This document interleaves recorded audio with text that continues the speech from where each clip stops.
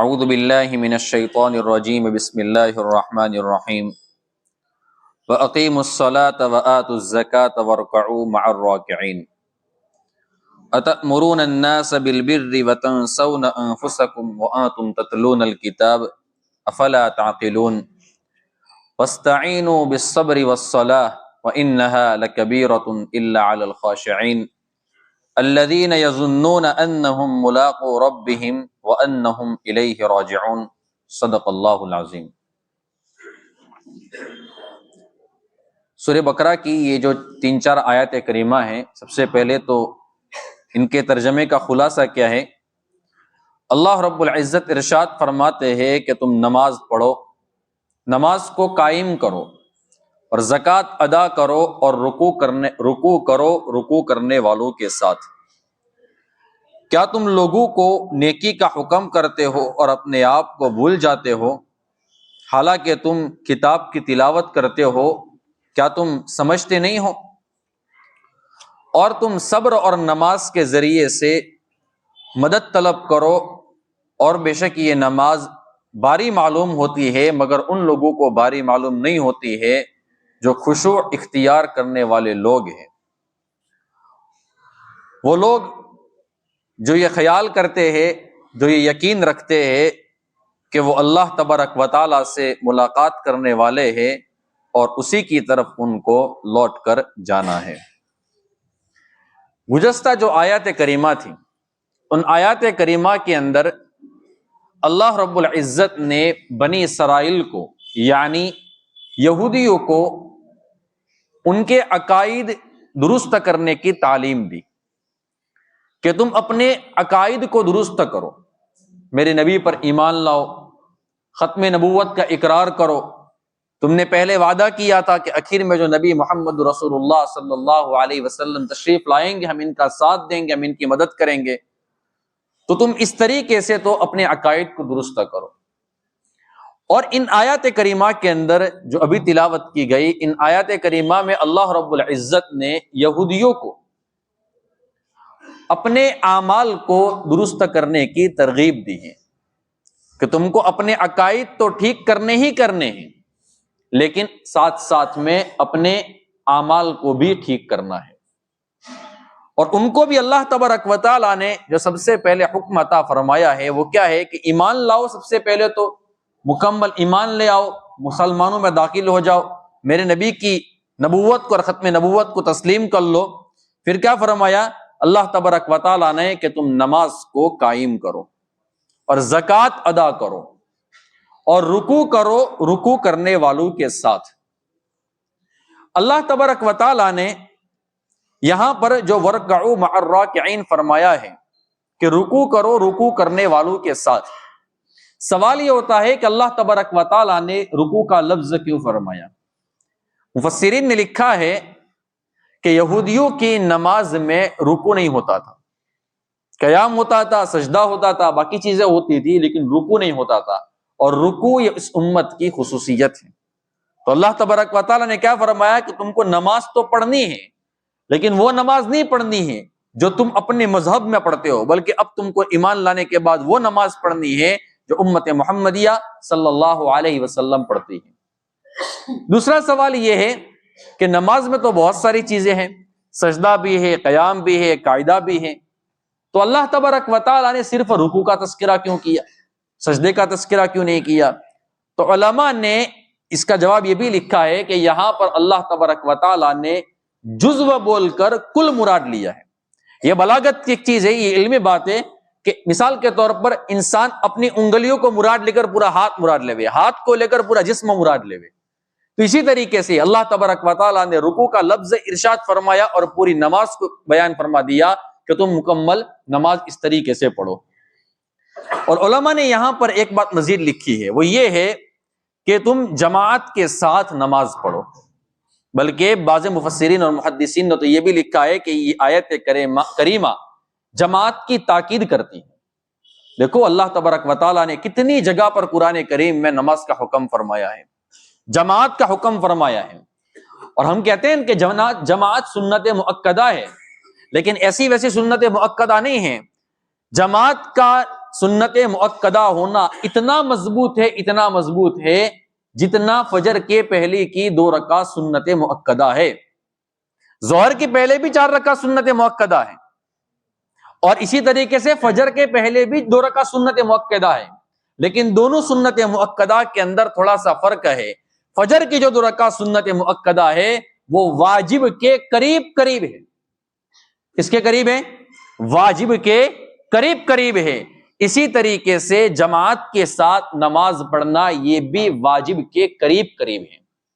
یعنی کچھ بھی ہو جائے جماعت کے ساتھ نماز کو نہیں چھوڑنا ہے، جماعت نہیں چھوڑنی ہے. نماز چھوڑنا تو ہے ہی نہیں شریعت میں، لیکن ساتھ میں جماعت بھی نہیں چھوڑنی ہے. اور علماء نے لکھا ہے کہ کوئی بندہ بغیر کسی شرعی عذر کے، بیمار نہیں ہے، کوئی بھی عذر نہیں ہے، اور وہ اپنے گھر کے اندر نماز پڑھ رہا ہے، اور نتیجہ یہ نکلتا ہے کہ اس کی وجہ سے مسجد ویران ہو رہی ہے. نماز پڑھتا تو ہے، دیکھو الفاظ سننا، نماز پڑھتا تو ہے لیکن کہاں پر پڑھتا ہے؟ گھر پر پڑھتا ہے، مسجد میں نہیں پڑھتا ہے. اور اس کا نتیجہ کیا ہوتا ہے کہ مسجد ویران ہو رہی ہے. علماء نے لکھا ہے کہ جو اگر اسلامی شریعت ہوگی نا تو ان لوگوں کو عتاب کیا جائے گا، ان لوگوں کو سزا دی جائے گی. اور قاضی ایاز مالکی رحمۃ اللہ علیہ تو فرماتے، تفسیر قرطبی میں ہے، ان کا قول موجود ہے کہ اگر ایسے لوگ سمجھانے کے باوجود بھی اگر باز نہ آئے تو ان سے قتال کیا جائے، ان سے لڑا جائے. آپ اندازہ لگائے کہ شریعت کتنا اس معاملے میں حساس ہے کہ جماعت کے ساتھ نماز کو پڑھنا ہے، جماعت کو چھوڑنا نہیں ہے. اب ذرا ہم اپنے آپ میں غور کریں کہ ہم تو جماعت کو تو چھوڑ ہی دیجیے، ہم تو سرے سے نمازوں کو ہی چھوڑ دیتے ہیں. اور اسی طریقے سے اللہ تبارک و تعالیٰ نے یہاں پر نماز اور زکوٰۃ کا حکم فرمایا ہے. یہ 2 حکم کیوں فرمائے ہیں کہ عام طور پر یہودیوں کے لیے ایمان لانا بھی 2 چیزوں کی وجہ سے دشوار معلوم ہوتا تھا. نمبر 1، ان کے اندر ایک تو عہدے کی، منصب کی بڑی تمنا ہوا کرتی تھی، حب جاہ جسے ہم کہتے ہیں، عزت کی لالچ، عزت کی تمنا. تو اللہ نے فرمایا کہ نماز پڑھو تو یہ تمہارے اندر جو بیماری ختم ہو جائے گی. اور دوسری چیز کیا ہے کہ جو ان کو ایمان لانے سے مانے تھی، ایمان لانے سے روک رہی تھی، وہ کیا تھی؟ مال کی محبت اور دنیا کی محبت. تو اللہ نے فرمایا کہ اپنے مال کی زکوٰۃ ادا کرو، جب زکوٰۃ ادا کرو گے تو یہ بیماری بھی تمہاری دور ہو جائے گی. تو سب سے پہلے ایمان لانا ہے، اور ایمان لانے کے بعد نماز کو پڑھنا ہے اور زکوٰۃ کو ادا کرنا ہے. وَارْكَعُوا مَعَ الرَّاكِعِينَ، اور تم رکوع کرو رکوع کرنے والوں کے ساتھ. اس سلسلے میں نے آپ کی خدمت میں باتیں پیش کر دی ہیں. نمازوں کو چھوڑ دینا میرے دوستو یہ بہت بڑا گناہ ہے. ہم لوگ ہیں نا نمازوں کو چھوڑتے جا رہے اور ہم کیا سمجھتے ہیں ہم پر تو اللہ تبارک و تعالیٰ کا عذاب تو آ ہی نہیں رہا ہے. میرے دوستو یاد رکھنا، ہم ابھی نمازوں کو تو چھوڑ دیں گے، ہم بہت ساری نمازوں کو چھوڑ دیا ہے ہم نے، اور آئندہ بھی پتہ نہیں اگر اللہ نے توفیق دی تو پڑھیں گے، اگر نہیں دی اللہ نے، اور اسی طریقے سے ہم اپنی زندگی کے اوپر برقرار رہے تو پتہ نہیں کتنی نمازیں چھوٹ جائے گی. دیکھو جب قبر میں جائیں گے میرے دوستوں تو قبر میں کسی کو پتہ نہیں چلنے والا ہے، پتہ نہیں کس طریقے سے اللہ تبارک و تعالیٰ نمازوں کے نہ پڑھنے کی وجہ سے ہمیں عذاب قبر کے اندر مبتلا کر دے. اور یاد رکھنا عذاب قبر یہ حق چیز ہے، اس کا کوئی بندہ انکار نہیں کر سکتا ہے. اس کا انکار کرنا گویا کہ شریعت کے عقائد کا انکار کرنا ہے، شریعت کے عقیدے کا انکار کرنا ہے. اور کبھی کبھی اللہ تبارک و تعالیٰ عذاب قبر دکھا بھی دیتے ہیں. اسی کے اوپر ایک واقعہ میں آپ کی خدمت میں پیش کرتا ہوں. یہ واقعہ میں نے 2 پہر کی کتاب میں پڑھا. پڑوس ملک کے ایک عالم دین ہیں، انہوں نے کتاب لکھی اور اس کتاب کے اندر یہ واقعہ موجود ہے. وہ فرماتے ہیں کہ میرا ایک دوست تھا، اب شاید وہ پاکستان کا ہوگا یا عرب کنٹری کا ہوگا، تو وہ بندہ یوں کہتا ہے کہ میں کویت میں جاب کرتا تھا، اور میری جاب یہ تھی کہ جن لوگوں کا انتقال ہو جاتا ہے تو ان کی تجہیز و تکفین کا انتظام کرنا، غسل وغیرہ دینا، ان کو کفن دینے کا انتظام کرنا، اور یہ ساری چیزیں میرے ذمہ میں تھی. اور یہ واقعہ اس زمانے کا ہے کہ جب کویت اور عراق کی لڑائی چل رہی تھی. وہ بندہ کہتا ہے کہ اس وقت تو میں کویت میں تھا، اور جب لڑائی شروع ہوئی تو پھر میں مصر میں چلا گیا. تو معلوم ایسا ہوتا ہے کہ بندہ عرب تھا اور اس کا وطن جو اصل تھا نا وہ مصر میں تھا. تو یہ بندہ کہتا ہے کہ جب لڑائی شروع ہوئی تو میں مصر میں چلا گیا. وہاں پر بھی لوگوں میں مشہور اسی چیز سے تھا میں کہ اگر کسی کا انتقال ہو جاتا تو لوگ مجھے یاد کرتے تھے، لوگ مجھے بلاتے تھے. اسی دوران ایک عورت کا انتقال ہو گیا تو مجھے بتایا گیا کہ آپ کو قبرستان میں تجہیز و تکفین وغیرہ کا انتظام کرنا ہے.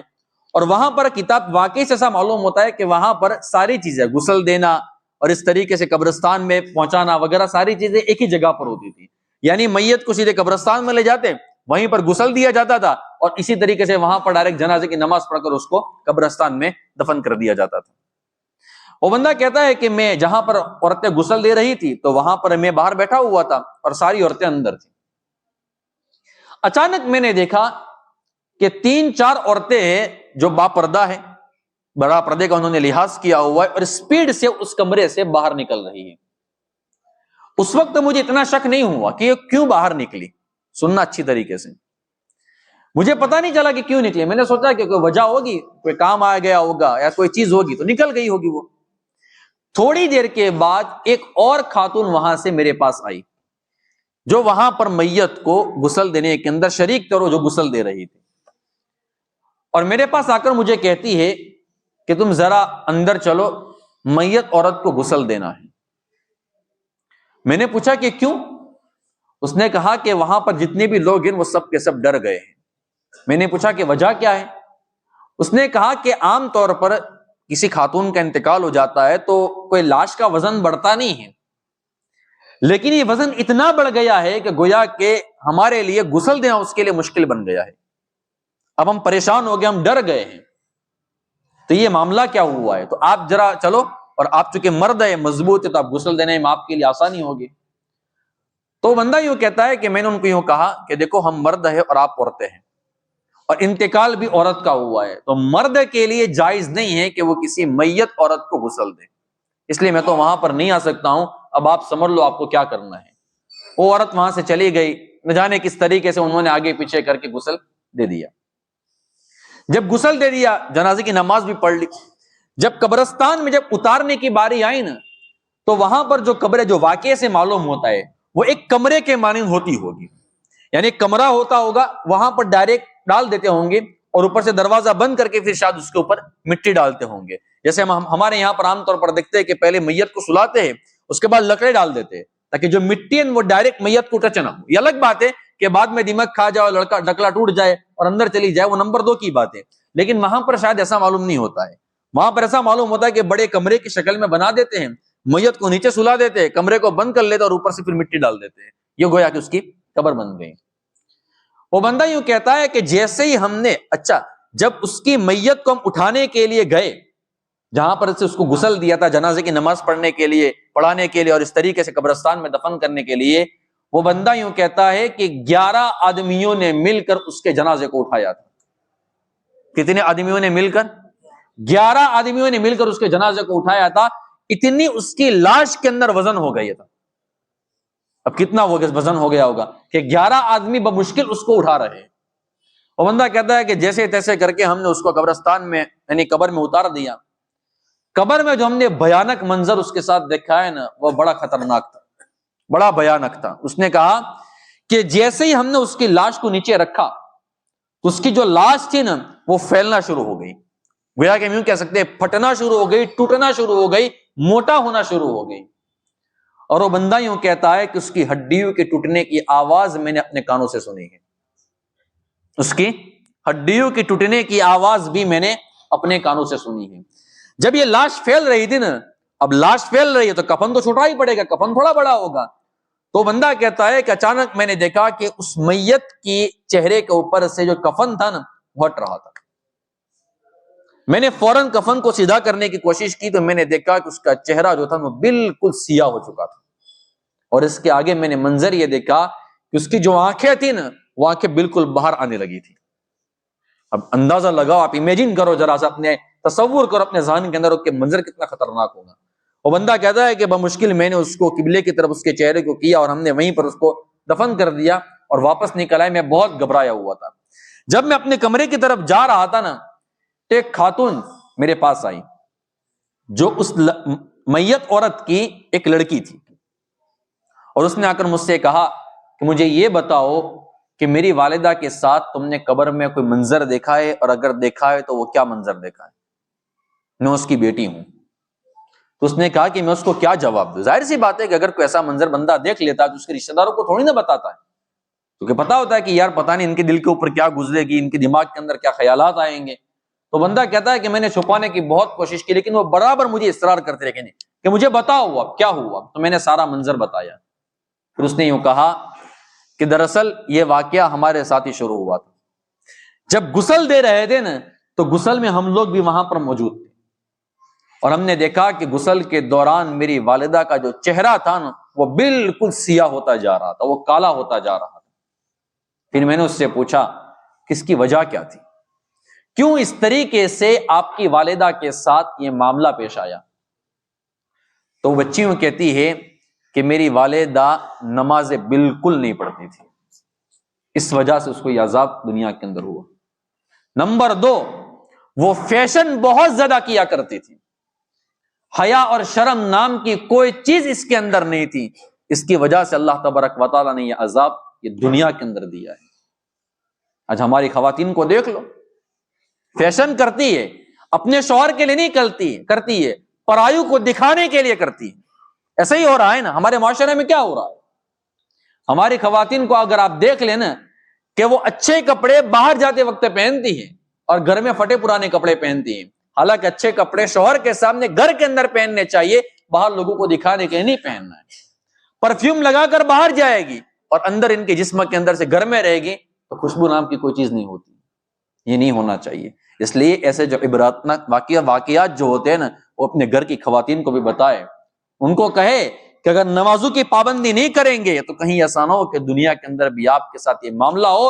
اور فیشن اگر آپ اس طریقے سے کرتی رہے گی, بے پردگی کے ساتھ کرتی رہے گی, خیانت کرتی رہے گی, شوہر کی عزت کا خیال نہیں کرے گی تو کہیں ایسا نہ ہو کہ آپ کو بھی دنیا کے اندر اس طریقے سے سزا بھگتنی پڑے. اسی طریقے سے ایک اور واقعہ بھی لکھا ہے. یہ واقعہ ہے 1986 کا. 1986 میں پاکستان میں ایک اخبار چھپتا تھا, ابھی بھی چھپتا ہے شاید, اس کو کہتے ہیں جنگ, ماہنامہ جنگ ایسا کچھ نام ہوتا ہے. تو 1986 کا جو اخبار ہے وہاں پر ایک واقعہ لکھا ہوا. ایک عورت کہتی ہے کہ میری ایک جوان بیٹی کا انتقال ہو گیا. جب اس کا انتقال ہوا تو اس کی قبر کھودنے کے لیے ایک قبر کھودی گئی. جب لوگ گئے وہاں پر قبر کھودی گئی تو اس قبر کے اندر 50 سے 60 کے آس پاس وہاں پر سانپ موجود تھے. اس کو دفن کیا گیا. دوسری قبر کھودی گئی, دوسری قبر میں بھی وہی سانپ موجود تھے. اس کو دفن کیا, اس کو بند کر دیا گیا. تیسری قبر کھولی گئی تو وہاں پر بھی سانپ سارے کے سارے موجود تھے. بالآخر لوگوں نے کہا کہ اب اللہ تبارک و تعالیٰ کی طرف سے مقدر ہو چکا ہے, اس لیے اس بچی کو اسی طریقے سے دفن کیا جائے گا. چنانچہ میری اس جوان بیٹی کو اس سانپوں والی قبر کے اندر کھلم کھلا اسی طریقے سے اس کو دفن کر دیا گیا. جب اس کے والد یعنی میرے شوہر جب اس کو دفن کر کے آ رہے تھے ان کی حالت بہت خراب ہو گئی تھی اور بار بار اپنی گردن کو جھٹکتے تھے کہ یہ کیا ہو گیا. پھر اس نے کہا کہ میری بیٹی نمازوں کی تو پابند تھی لیکن فیشن بہت زیادہ کیا کرتی تھی. میرے سمجھانے کے باوجود بھی وہ سمجھنے کا نام نہیں لیتی تھی اور اوپر سے مجھے ذلیل کرتی تھی, مجھے سامنے بولتی تھی, میری بات کو ٹھکرا دیتی تھی. تو اللہ تبارک و تعالیٰ نے اس طریقے سے دنیا کے اندر اس کو عذاب میں مبتلا کیا ہے. ایسے بہت سارے واقعات کتابوں کے اندر لکھے ہیں عذاب قبر کے, یہ کبھی کبھی اللہ تبارک و تعالیٰ دکھا دیتے ہیں. تو میرے دوستو ہم بھی ارادہ کریں کہ انشاءاللہ ہم نمازوں کو نہیں چھوڑیں گے. آج ہم دیکھ لے ہوئے کہ جمعہ کے اندر ہماری نمازیں ہوتی ہیں, مغرب میں مجمع پورا ہوتا ہے, عشاء میں مجمع پورا ہوتا ہے, لیکن یہی مجمع اگر آپ دیکھیں نا تو فجر کے اندر غائب ہوتا ہے. بندہ ہمت کر لے نا تو کوئی مشکل نہیں ہے, اور ہمت نہ کرے نا تو پھر بندے کے سامنے ہزاروں واقعات بھی اگر آپ کہہ دیں نا تو پھر کوئی اثر اس کے اوپر نہیں ہوتا ہے. اس لیے پورا مجمع ارادہ کرے کہ انشاءاللہ ہم نمازوں کو نہیں چھوڑیں گے. اللہ رب العزت ارشاد فرماتے ہیں دوسری آیت کریمہ کے اندر اتأمرون الناس بالبر وتنسون انفسکم وانتم تتلون الکتاب, کہ تم لوگوں کو تو بھلائی کا حکم کرتے ہو اور اپنے آپ کو بھول جاتے ہو حالانکہ تم قرآن کریم کی اور کتاب کی تلاوت کرتے ہو, کیا تم سمجھتے نہیں ہو. مفسرین نے لکھا ہے حضرت عبداللہ ابن عباس رضی اللہ تعالیٰ عنہما سے مروی ہے کہ یہ آیت کریمہ مدینہ المنورہ کے کچھ یہودیوں کے بارے میں نازل ہوئی ہے کہ جب وہ اپنے قریبی رشتہ داروں کے پاس جاتے تھے, اپنے رضائی بھائی بہن کے پاس جاتے تھے یا اپنے سسرال والوں کے پاس جاتے تھے اور وہ مسلمان ہوتے تھے تو ان کو کیا کہتے تھے کہ محمد صلی اللہ علیہ وسلم جو باتیں تم کو بتاتے ہیں یہ بالکل حق بات ہے, تم ان کی بات کو مان لینا اور ان کی بات کو مت چھوڑنا. اور وہ خود اس کے اوپر عمل نہیں کرتے تھے, یعنی دوسروں کو تو ایمان کی دعوت دیتے تھے کہ محمد صلی اللہ علیہ وسلم جس دین کو لے کر آئے وہ دین حق ہے, لیکن وہ خود اس دین کو قبول نہیں کرتے تھے. بعض مفسرین فرماتے حضرت عبداللہ ابن عباس رضی اللہ تعالیٰ عنہما وغیرہ کہ یہ آیت کریمہ ان یہودیوں کے بارے میں نازل ہوئی ہے۔ اس لیے بندہ جس بات کا لوگوں کو حکم کرے نا تو اس بات کے اوپر خود عمل بھی کرے، ورنہ اللہ کے نبی صلی اللہ علیہ وسلم نے اس سلسلے میں بہت زبردست روایت ارشاد فرمائی ہے۔ شعب الایمان کے اندر روایت موجود ہے، راوی حدیث حضرت انس بن مالک رضی اللہ تعالیٰ عنہ ہے، وہ فرماتے ہیں کہ اللہ کے حبیب صلی اللہ علیہ وسلم نے ارشاد فرمایا کہ جس رات میں معراج کو گیا ہوں تو اس رات میں نے دیکھا کہ کچھ لوگوں کو جہنم کی جو کیچیاں ہے، آگ کی کیچیوں سے ان کے ہونٹ کاٹے جا رہے تھے۔ آپ اندازہ لگائے کہ انسان کے اگر دنیا کی کیچی سے اگر کبھی اس کے ہونٹ کے اوپر ذرا سی بھی ایک خروچ آ جاتی ہے نا تو انسان کی چیخ نکل جاتی ہے۔ وہاں پر آگ کی کیچی، وہ بھی جہنم کی آگ کی کیچی ہوگی، وہ کتنی گرم ہوگی، کتنی تیز ہوگی، اور اس کے بعد اس سے کاٹا جائے گا تو بندے کو کتنی تکلیف ہوگی۔ اللہ کے نبی صلی اللہ علیہ وسلم نے ارشاد فرمایا کہ آگ کی کیچیوں سے ان کے ہونٹ کاٹے جا رہے تھے۔ میں نے جبرائیل سے پوچھا کہ جبرائیل یہ کون لوگ ہیں اور ان کو یہ عذاب کیوں ہو رہا ہے؟ تو اللہ کے نبی صلی اللہ علیہ وسلم نے ارشاد فرمایا، جبرائیل نے فرمایا یا رسول اللہ یہ آپ کی امت کے خطیب لوگ ہیں، تقریر کرنے والے لوگ ہیں، بیان کرنے والے لوگ ہیں۔ یہ لوگوں کو تو اچھائی کا حکم کرتے تھے اور اپنے آپ کو بھول جاتے تھے، یہ قرآن کریم کی تلاوت کرتے تھے، کیا یہ لوگ نہیں سمجھتے تھے؟ جیسے جبرائیل علیہ السلام نے ارشاد فرمایا۔ اسی طریقے سے حضرت اسامہ بن زید رضی اللہ تعالیٰ عنہ سے روایت موجود ہے، اللہ کے حبیب صلی اللہ علیہ وسلم نے ارشاد فرمایا کہ قیامت کے دن ایک شخص کو جہنم میں ڈالا جائے گا، اس کی انتڑیاں باہر آ جائے گی، انتڑیوں میں جو خرابی ہوگی وہ ساری کی ساری باہر آ جائے گی، اور وہ ان انتڑیوں کے ارد گرد ایسے گھومے گا۔ اللہ کے نبی صلی اللہ علیہ وسلم نے ارشاد فرمایا گویا کہ گدھا چکی کے ارد گرد گھومتا رہتا ہے، کہ جہنمی لوگ اس کے ارد گرد گھومیں گے اور وہ کہیں گے اے فلاں تجھے کیا ہو گیا، تجھے یہ مصیبت کیوں پہنچی ہے؟ کیا تو ہمیں نیکی کا حکم نہیں دیتا تھا؟ کیا ہمیں برائیوں سے نہیں روکتا تھا؟ تو وہ بندہ کیا کہے گا؟ ہاں میں تم کو بھلائی کا حکم کرتا تھا لیکن میں خود اس کے اوپر عمل نہیں کرتا تھا، میں تم کو برائی سے روکتا تھا لیکن میں خود اس برائی اور اس گناہ کے اندر مبتلا ہو جاتا تھا۔ یہ ہمارے لیے ہے۔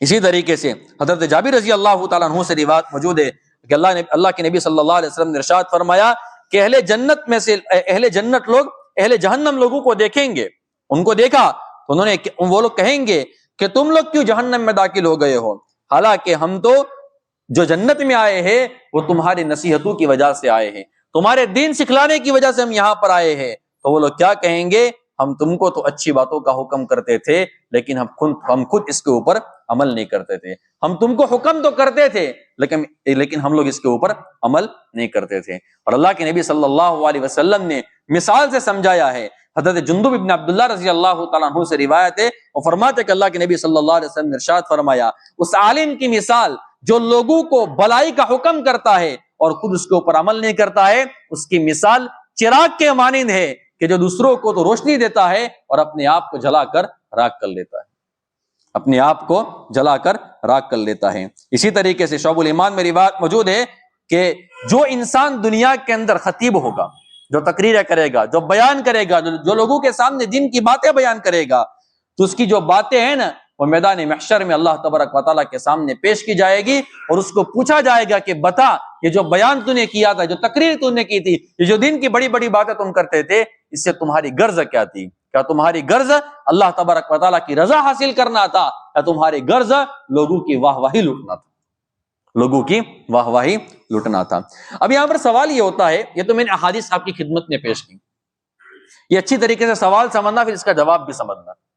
سوال یہاں پر یہ ہوتا ہے کہ جو بندہ خود پابند نہ ہو تو کیا وہ بندہ دوسروں کو نیکی کا حکم نہیں کر سکتا ہے؟ کیا جو بندہ خود گناہوں سے نہ بچتا ہو تو کیا وہ بندہ دوسروں کو گناہوں سے بچنے کی تعلیم نہیں دے سکتا ہے؟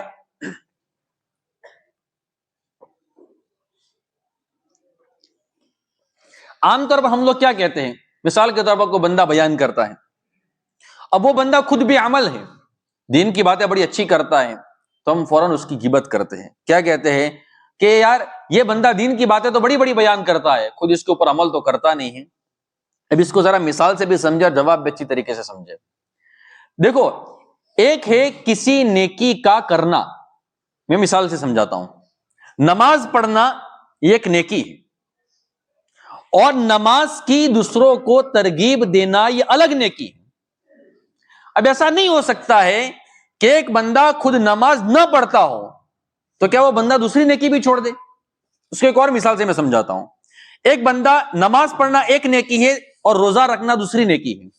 جو بندہ نماز نہ پڑھتا ہو تو ایک نیکی تو اس نے چھوڑ دی، تو کیا وہ روزے بھی نہ رکھے؟ تو یہ تو دوسری نیکی اس نے چھوڑ دی۔ اسی طریقے سے ایک اور مثال سمجھے۔ مثال کے طور پر ایک بندہ ایسا ہے کہ جو خود فلمیں دیکھتا ہے، گانے سنتا ہے، بے حیائی کے کام کرتا ہے، اور اگر اس کے ماتحت اس کا بیٹا ہے، اس کی بیٹی ہے، اس کی بیوی ہے، اس کی بہن ہے، جو اس کے ہاتھ کے نیچے، اس کے انڈر میں ہے، وہ لوگ بھی اسی گناہ کے اندر مبتلا رہتے ہیں۔ وہ خود گانے سنتا ہے، اس کا بیٹا بھی گانے سنتا ہے، کیا وہ بندہ خود تو گناہ یعنی گانے سنتا ہے، تو کیا وہ بندہ اپنے بیٹے کو اس گناہ سے بچنے کی تعلیم نہیں دے سکتا ہے؟ علماء نے لکھا ہے کہ جو بندہ ایک نیکی نہیں کرتا ہے لیکن اس کا معنی ہرگز یہ نہیں ہے کہ وہ اس نیکی کی دوسروں کو ترغیب بھی نہ دے۔ اس کو آسان الفاظ میں اور اگر سمجھنا ہو تو یوں کہہ سکتے ہیں کہ بے عمل واعظ وہ با عمل ہونا چاہیے، اور بے عمل ہو اس کا معنی ہرگز یہ نہیں ہے کہ وہ بندہ دوسروں کو نصیحت نہ کر سکتا ہو۔ اس کو تیسری سٹیپ میں اور آسان کر کے سمجھاتا ہوں۔ جن باتوں کے اوپر ہم عمل نہیں کرتے ہیں، مثال کے طور پر میں نماز نہیں پڑھتا ہوں، میرے بچے بھی نماز نہیں پڑھتے ہیں، تو میں اپنے بچوں کو تو ضرور اس بات کی ترغیب دوں کہ بیٹا تم نماز پڑھو۔ ایک نیکی میں نے نہیں کی، ایک گناہ تو میں نے کر لیا ہے، لیکن اس کا معنی ہرگز نہیں ہے کہ میں اپنی اولاد جو اس گناہ کے اندر مبتلا ہے میں ان کو بھی اس سے نہ روکوں۔ تو اگر بندہ خود عمل نہیں کرتا ہے تو بھلے ہی وہ عمل نہ کرے، اس کو عمل کرنا چاہیے، لیکن ساتھ ساتھ میں وہ دوسروں کو بھی نیک اعمال کی ترغیب دیتا رہے۔ جس گناہ کے اندر وہ خود مبتلا ہے اور اس کے ماتحت لوگ بھی اسی گناہ کے اندر مبتلا ہے تو بندہ ان کو روکنے کی ضرور کوشش کرے۔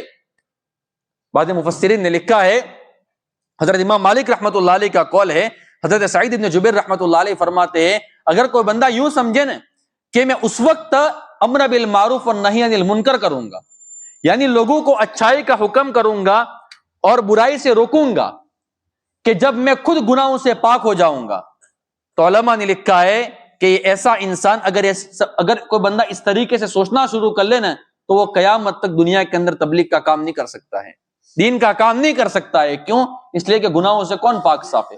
گناہ تو سارے لوگ کرتے ہیں، اس لیے ذہن سے نکال دینے کا کہ اگر میں خود نماز نہیں پڑھتا ہوں میں دوسروں کو کیسے نماز کی ترغیب دوں؟ نہیں، دوسروں کو پھر بھی نماز کی ترغیب دیتے رہنا چاہیے، کیا پتا اللہ تبارک و تعالیٰ اسی سے بندے کو عمل کرنے کی توفیق عطا فرما دے۔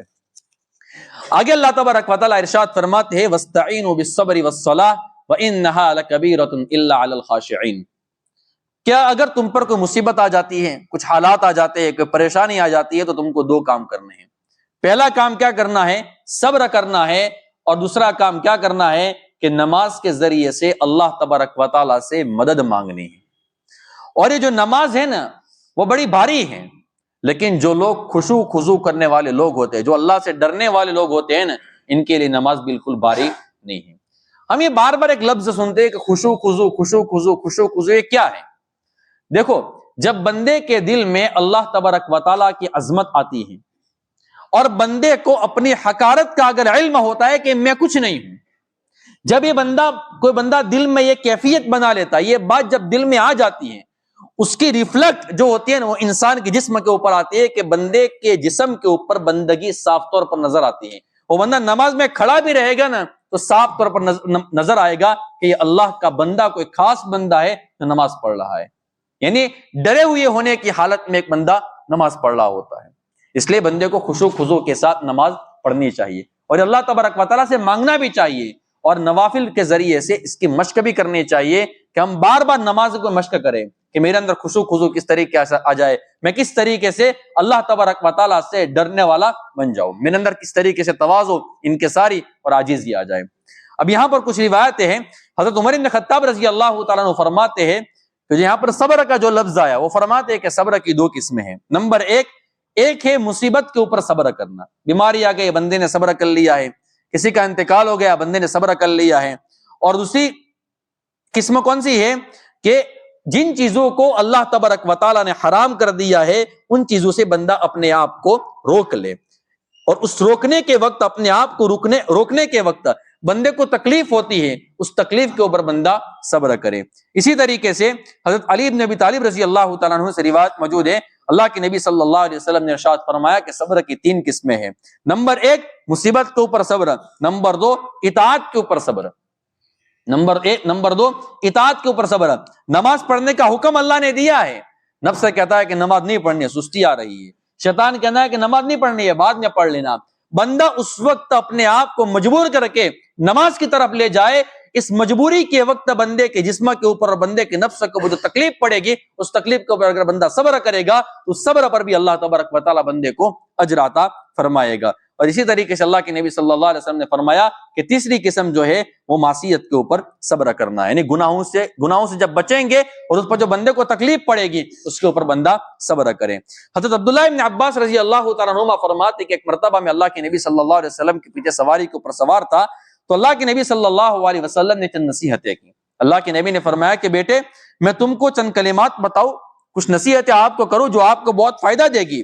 حضرت عبداللہ ابن عباس رضی اللہ تعالیٰ عنہما نے فرمایا کہ یا رسول اللہ ضرور فرمائیے۔ دیکھو اللہ کے نبی صلی اللہ علیہ وسلم کیسی نصیحت کرتے ہیں۔ اللہ کے نبی نے فرمایا بیٹے تم اللہ تبارک و تعالیٰ کی حفاظت کرو، اللہ آپ کی حفاظت کرے گا۔ سوال یہ کہ اللہ تو حفاظت سے پاک ہے، اللہ تو دوسروں کی حفاظت کرتا ہے، ہم اللہ کی حفاظت کیسے کریں؟ اس کا معنی یہ ہے ہم اللہ کے احکام کی حفاظت کریں، اللہ کے احکام کی حفاظت کرے۔ تو بیٹے تم اللہ کے احکام کی حفاظت کرو، اللہ تمہاری حفاظت کرے گا۔ تم اللہ تبارک و تعالیٰ کی حفاظت کرو گے تم اللہ کو سامنے پاؤ گے۔ پھر اللہ کے نبی صلی اللہ علیہ وسلم نے ارشاد فرمایا کہ بیٹے جب تم خوشحالی میں ہو تب تم اللہ تبارک و تعالیٰ کو یاد رکھنا، جب تم مصیبتوں میں گرفتار ہوں گے تو پھر اللہ تم کو یاد رکھے گا، یعنی اللہ تمہاری مدد کرے گا۔ پھر اللہ کے نبی صلی اللہ علیہ وسلم نے ارشاد فرمایا بیٹے یاد رکھنا جو مصیبت تم کو پہنچی ہے وہ کبھی بھی تم سے ٹلنے والی نہیں تھی، اور جو مصیبت تم سے ٹل گئی ہے وہ کبھی بھی تمہارے پاس آنے والی نہیں تھی۔ پھر اللہ کے نبی صلی اللہ علیہ وسلم نے ارشاد فرمایا اگر مخلوق ساری کی ساری جمع ہو جائے کس بات کے اوپر کہ تم کو کوئی چیز دے دے اور اللہ تبارک و تعالیٰ ارادہ نہ کرے کہ تم کو نہیں دینا ہے، تو یاد رکھنا ساری کی ساری مخلوق تم کو کچھ بھی نہیں دے سکتی ہے، اور ساری مخلوق اس بات پر اکٹھی ہو جائے کہ اس بندے کو فلاں چیز نہیں ملنی چاہیے، اور رب نے عرش کے اوپر سے یہ فیصلہ کر لیا ہے کہ یہ چیز بندے کو ملے گی، تو کوئی مخلوق اس کو ٹال نہیں سکتی ہے۔ پھر اللہ کے نبی صلی اللہ علیہ وسلم نے ارشاد فرمایا کہ قلم خشک ہو گیا ہے، یعنی قیامت تک جو چیزیں ہونے والی ہیں وہ ساری کی ساری اللہ تبارک و تعالیٰ نے لکھ دی ہے۔ پھر اللہ کے نبی صلی اللہ علیہ وسلم نے ارشاد فرمایا کہ بیٹے جب تم کو سوال کرنا ہو اللہ تبارک و تعالیٰ سے سوال کرو، جب تم کو مدد مانگنی ہو اللہ سے مدد مانگو، جب تم کو پناہ مانگنی ہو تو اگر حفاظت مانگنی ہو اللہ کی حفاظت مانگو۔ اور اسی طریقے سے اللہ کے نبی صلی اللہ علیہ وسلم نے ارشاد فرمایا کہ بیٹے جان لے کہ صبر ناپسندیدہ چیزوں کے اوپر صبر کرنا یہ بہت بڑی خیر کو وجود میں لا دیتا ہے، بہت بڑی خیر کا ذریعہ ہے۔ اور اسی طریقے سے اللہ کے نبی صلی اللہ علیہ وسلم نے ارشاد فرمایا کہ اللہ تبارک و تعالیٰ کی جو مدد ہوتی ہے وہ صبر کے اوپر آتی ہے، اور خوشحالی کے یعنی تنگی کے بعد اللہ تبارک و تعالیٰ بندے کو خوشحالی عطا فرماتے ہیں، اور اسی طریقے سے تنگی کے بعد اللہ تبارک و تعالیٰ بندے کو آسانی عطا فرماتے ہیں۔ یہاں پر بہت ساری روایتیں، میں صرف اخیر میں جو واقعہ لکھا ہے وہ واقعہ آپ کی خدمت میں پیش کر لوں۔ یہ بھی جو اللہ تبارک و تعالیٰ نے ارشاد فرمایا نا کہ مصیبت آ جائے تو بندے کو 2 کام کرنے ہیں، نمبر 1 صبر کرنا ہے، نمبر 2 نماز پڑھنی ہے۔ حضرت عبد الرحمن بن عوف رضی اللہ تعالیٰ عنہ ایک صحابی ہے اور عشرہ مبشرہ میں سے، میں بارہا ان کا تذکرہ کر چکا ہوں۔ ان کی بیوی کا نام ہے ام کلثوم بنت عقبہ رضی اللہ تعالیٰ عنہ، اور یہ اول جن لوگوں نے ہجرت کی ہے نا ان لوگوں میں سے یہ ہے۔ ایک مرتبہ حضرت عبد الرحمن بن عوف رضی اللہ تعالیٰ عنہ کی طبیعت خراب ہو گئی اور بالکل یعنی ان کے اوپر غشی طاری ہو گئی، بے ہوشی طاری ہو گئی، حتیٰ کہ لوگوں نے یہ سمجھا کہ حضرت عبد الرحمن بن عوف رضی اللہ تعالیٰ عنہ کا انتقال ہو گیا ہے۔ جب ان کی بیوی کو پتا چلا نا تو ان کی بیوی فوراً مسجد میں گئی۔ اس زمانے میں مسجد میں جانے کی اجازت تھی، وہ مسجد میں گئی، اور مسجد میں جانے کے بعد جہاں پر ان کو نماز پڑھنے کا حکم دیا گیا تھا، جس جگہ پر وہ نماز پڑھتی تھی وہاں پر جا کر انہوں نے نماز پڑھی۔ پہلے تو صبر کر لیا، وہاں پر واویلا نہیں کیا کہ میرے شوہر کا انتقال ہو گیا ہے، میرے شوہر بے ہوش ہو گئے، یہ ہے وہ ہے، صبر کر لیا۔ اور وہاں پر جا کر اللہ تبارک و تعالیٰ سے نماز کے ذریعے سے مدد مانگی۔ یہاں پر کیا واقعہ پیش آیا کہ اسی دوران حضرت عبد الرحمن بن عوف رضی اللہ تعالیٰ عنہ بے ہوشی سے باہر آ گئے، ان کو ہوش آ گیا۔ پھر انہوں نے خود پوچھا کہ کیا میں بے ہوش ہو گیا تھا، میرے اوپر گشی طاری ہو گئی تھی؟ تو لوگوں نے کہا کہ ہاں۔ حضرت عبد الرحمن بن عوف رضی اللہ تعالیٰ نے فرمایا کہ تم نے سچ کہا ہے۔ پھر فرمایا کہ میرے پاس 2 فرشتے آئے، اور ایک فرشتے نے تو مجھے یوں کہا کہ چلو تم ہمارے ساتھ۔ 2 فرشتے آئے اور ان دونوں نے یہ کہا کہ چلو تم ہمارے ساتھ، تم کو اللہ تبارک و تعالیٰ کے دربار میں لے جائیں گے اور وہاں پر جا کر تمہارا فیصلہ ہونے والا ہے۔ میں اس پر یہ واقعہ سنا رہا ہوں کہ نماز کے ذریعے سے اللہ تبارک و تعالیٰ کیسی مدد فرماتے ہیں کہ اللہ تبارک و تعالیٰ کے دربار میں چلو، وہاں پر تمہارے ساتھ فیصلہ ہونے والا ہے۔ تو دوسرے فرشتے نے کیا کہا، ایک تیسرا فرشتہ وہاں پر تھا، تو اس نے ان 2 فرشتوں کو کیا کہا کہ تم دونوں یہاں سے چلے جاؤ۔ یہ اتنے نیک بخت ہے، اتنے سعادت مند ہے، اتنے بہترین ہے، اور ان کا اللہ تبارک و تعالیٰ کے دربار میں اتنا مقام اور مرتبہ ہے کہ جب یہ ماں کے پیٹ کے اندر تھے نا، تو اللہ تبارک و تعالیٰ نے ان کے لیے نیک بختی کو لکھ دیا تھا، ان کے لیے نیک بختی کو، سعادت مندی کو لکھ دیا تھا۔ پھر اس فرشتے نے فرمایا ان کو زندہ رہنے دو، جب تک ان کی اولاد چاہے گی اپنے والد سے حضرت عبد الرحمن بن عوف رضی اللہ تعالیٰ عنہ سے یہ لوگ فائدہ اٹھاتے رہیں گے۔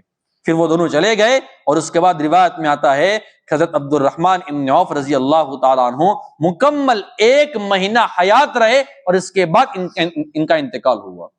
واقعہ کا مطلب کیا ہوا کہ لوگوں کو یقین ہو گیا تھا کہ حضرت عبد الرحمن بن عوف کا انتقال ہو گیا، ان کی بیوی نے صبر کیا اور نماز پڑھی، تو اللہ تبارک و تعالیٰ نے اس کی برکت سے ان کو 1 مہینہ مزید زندگی عطا فرما دی۔ اللہ تبارک و تعالیٰ ہم سب کو ان باتوں پر عمل کرنے کی توفیق عطا فرمائے۔ میں نے بہت ساری روایتوں کو چھوڑ دیا، پھر وقت آئے گا تو انشاءاللہ ان روایتوں کو بیان کروں گا۔ اب آئندہ سے ایک بڑا تفصیل کے ساتھ واقعہ شروع ہو رہا ہے، بنی اسرائیل کا، فرعون کا اور حضرت موسیٰ علیہ السلام کا۔